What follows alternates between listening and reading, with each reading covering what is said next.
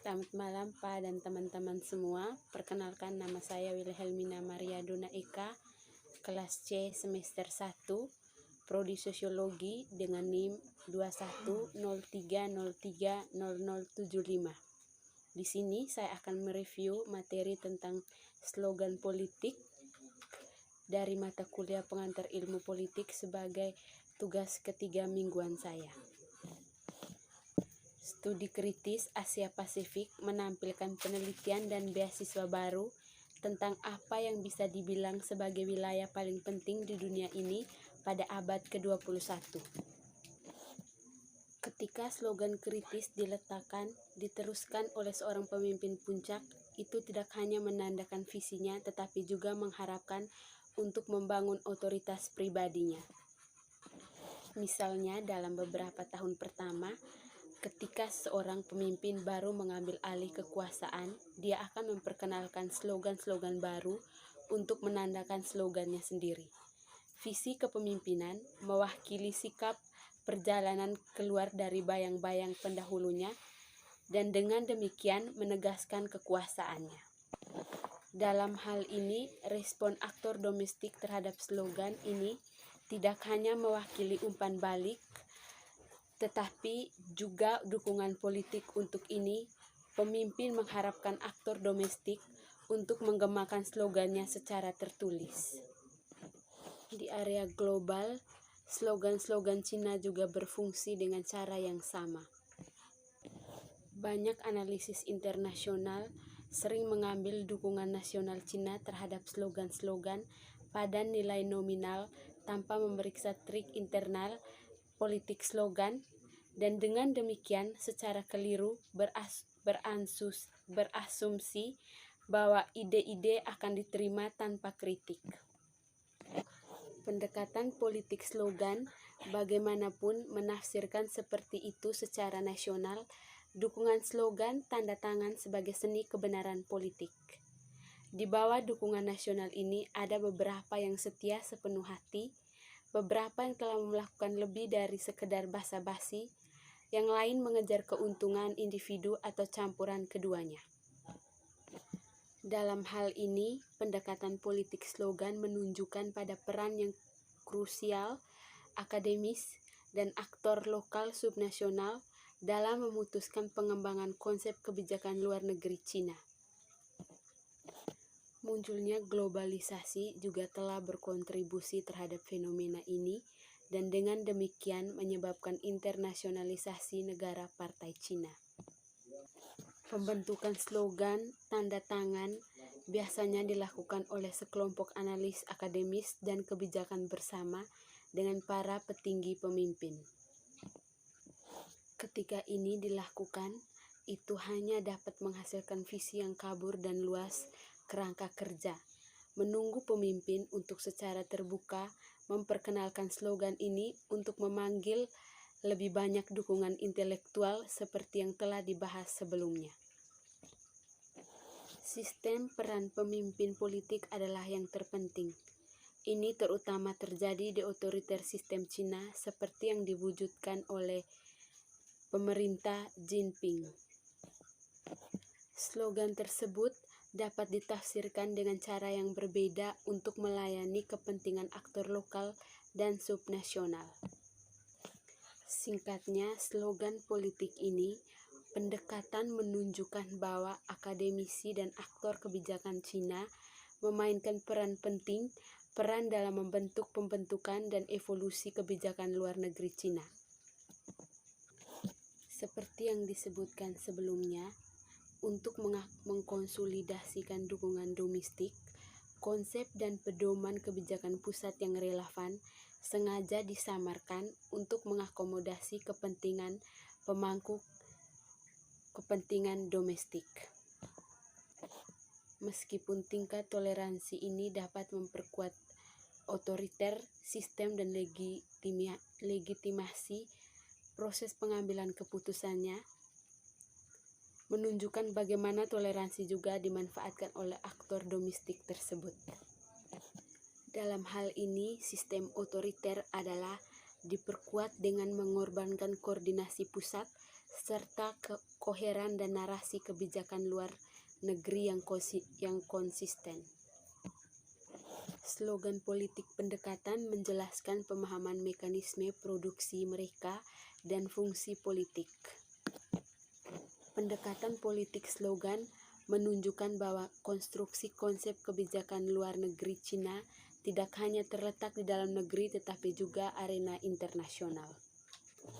Partisipasi internasional disambut baik oleh pemerintah Cina tidak hanya dalam membantu mengamankan kemenangan propaganda domestik, tetapi juga memberikan umpan balik yang berguna untuk menyesuaikan kebijakannya.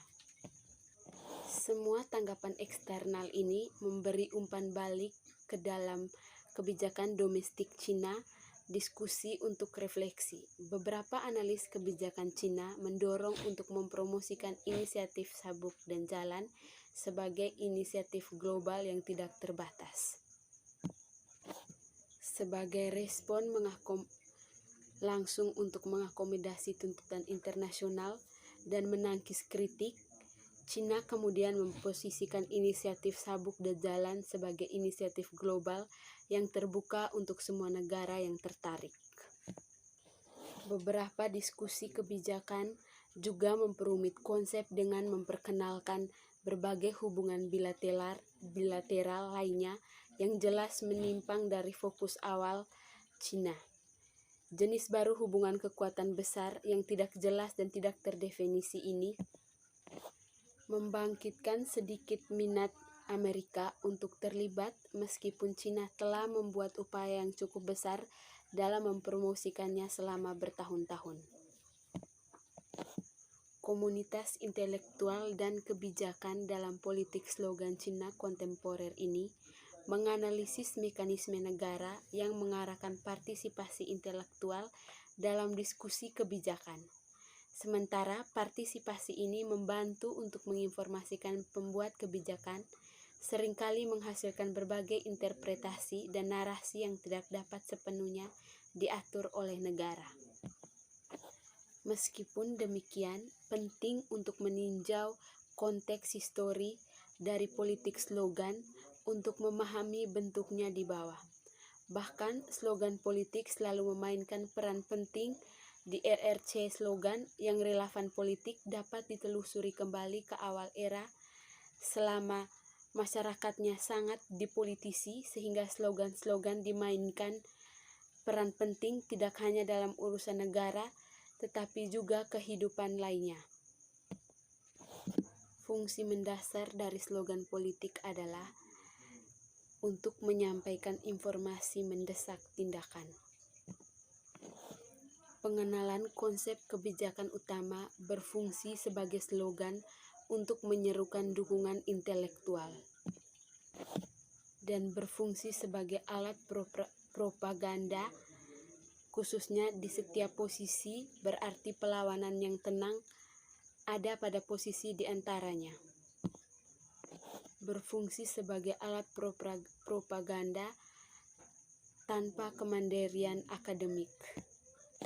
Ketika slogan dilontarkan, banyak ketidakpastian, termasuk isinya yang tidak jelas, implikasi politik dan popularitasnya. Sebagai perbandingan, tanggapan internasional terhadap inisiatif sabuk dan jalan lebih antusias karena melibatkan manfaat bisnis yang sangat besar.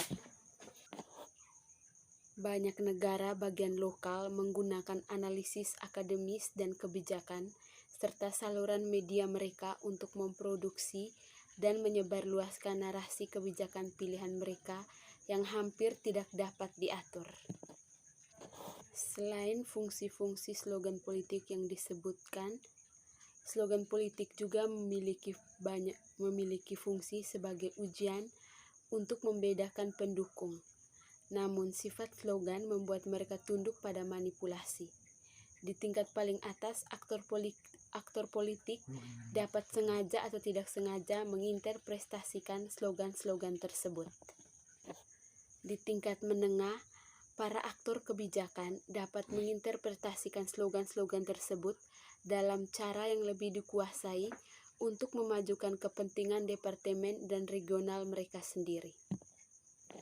Di tingkat intelektual, sementara partisipasi akademis dan komunitas kebijakan membantu menginformasikan pembuat kebijakan dan meningkatkan pengambilan keputusan, seringkali menyebabkan berbagai interpretasi yang bersaing dan narasi yang tidak dapat sepenuhnya diatur oleh negara. Hal ini dapat mendorong diskusi kebijakan ke arah yang berbeda dengan yang diharapkan oleh Cina. Kebangkitan Cina tidak mengulangi sejarah politik kekuatan besar seperti Cina. Berbeda dari kekuatan besar sebelumnya, ini untuk mengatakan jenis hubungan kekuatan besar atau tradisional yang dibahas oleh literatur politik kekuatan besar dan dilema keamanan. Komunitas akademis dan kebijakan Tiongkok tidak dapat menguraikan dengan jelas tentang apa jenis baru dari hubungan kekuatan besar itu. Secara umum, ada kurangnya konsensus mengenai konsep dan penggunaannya dalam komunitas akademik dan kebijakan Cina. Akademisi Cina dan analisis kebijakan mengajukan berbagai interpretasi yang beragam dan bersaing dalam beberapa hal telah membuat air lebih berlumpur dengan mendorong konsep keluar dari konteks Cina. Belakangan dikatakan bahwa Amerika Serikat bukan satu-satunya kekuatan besar dan konsep tipe baru hebat hubungan kekuasaan juga dapat diterapkan di hubungan Tiongkok dengan negara lainnya. Hubungan kekuasaan negara membangkitkan minat akademis yang sangat besar di dalam Cina, misalnya sejumlah besar lokakarya, seminar, konferensi. Pada jenis baru hubungan kekuatan besar diselenggarakan di Tiongkok. Sekian dari video saya, terima kasih.